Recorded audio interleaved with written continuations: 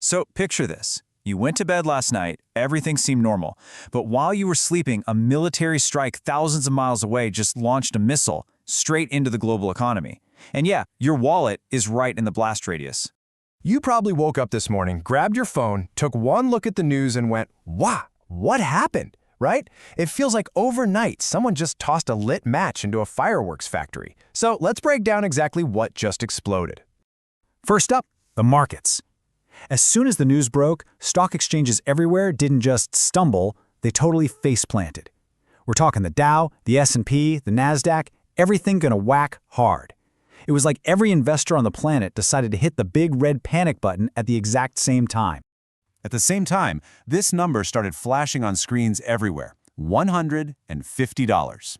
That could be the new price for a single barrel of oil. What does that mean for you?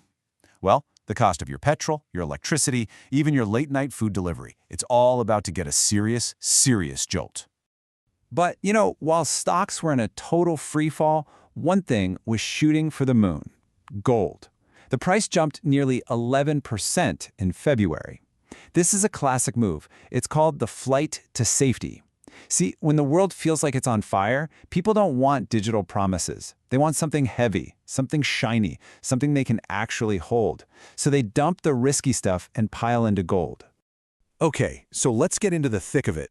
To really understand all this chaos, we've got to rewind the clock just 24 hours to see how this whole fire started in the first place. It all kicked off on February 28th. In a move that shocked everyone, the US and Israel launched this massive coordinated attack on Iran. Explosions started rocking the capital, Tehran, hitting key military sites and even leadership compounds.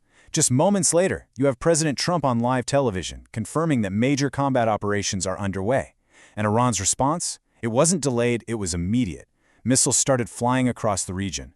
The whole situation went from tense to full-blown conflict in the blink of an eye. Now you gotta understand, this wasn't just one big attack. It was really two different missions running at the same time. The US part, Operation Epic Fury, was all about taking out the hardware, the missile sites, anything they called an imminent threat. But Israel's mission, Operation Roaring Lion, had a much more personal goal. They were trying to decapitate the Iranian regime by targeting its leaders. But don't for a second think this was some one-sided affair. Oh no. Iran's response was swift, it was powerful, and it basically set the entire region on fire. And that counterpunch was massive. Missiles and drones just rained down on key U.S. assets all over the Gulf. The U.S. Navy's 5th Fleet headquarters in Bahrain, a supercritical command center, got hit. American bases in Qatar were attacked, and then, suddenly, you have reports of explosions in the UAE and Kuwait. Before you know it, countries like Jordan and the UAE are forced to fire their own air defenses, getting dragged into a war they never even started. In just a few hours, the conflict had spilled across multiple borders. So here's the billion-dollar question, right? How does a war way over there start lighting fires in economies everywhere else? Well, the answer comes down to two things: geography and oil.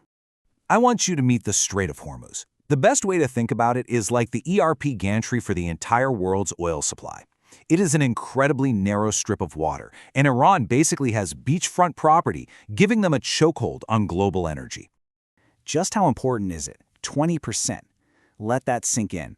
A full 1/5 of all the petroleum the entire world uses passes through this one tiny strait every single day.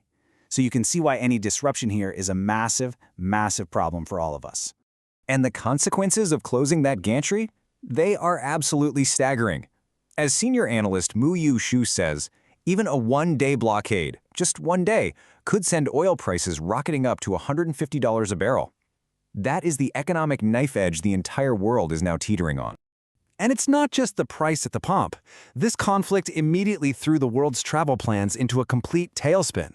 I mean, as missiles were flying, countries just started slamming their airspace shut one after another. This created a global domino effect, forcing airlines to cancel flights and frantically reroute everything. Total chaos. And you can really see the impact here. Look at this. The skies over Iran, Israel, Iraq, Syria, they just went dark. Major airlines like Air India and Indigo had to immediately stop any flight that even came close to this huge new no-fly zone. A vital corridor for global air travel was just shut down, instantly. So, with missiles flying and oil prices soaring, where did all the money go? Well, it ran for the hills. This chart basically shows the great escape in action. You can see money just pouring out of the stock market, that's that tiny little equity slice there, and rushing into so-called safe haven assets. We're talking gold, silver, U.S. government bonds.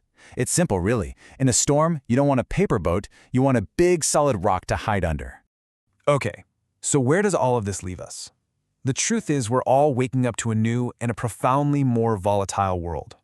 It feels like the old rules just don't apply anymore. And this, right here, is the most crucial thing to get your head around. For years, the fight between these powers was a shadow war, fought with spies and secret operations. Well, that's over. What we're seeing now is the start of a direct, overt, and incredibly dangerous military conflict. And the entire world is going to feel the shockwaves. All of which leads us to this one final, really unsettling question. All the familiar pieces on the global chessboard have just been violently swept aside. Is the world actually ready for the new game that's about to begin?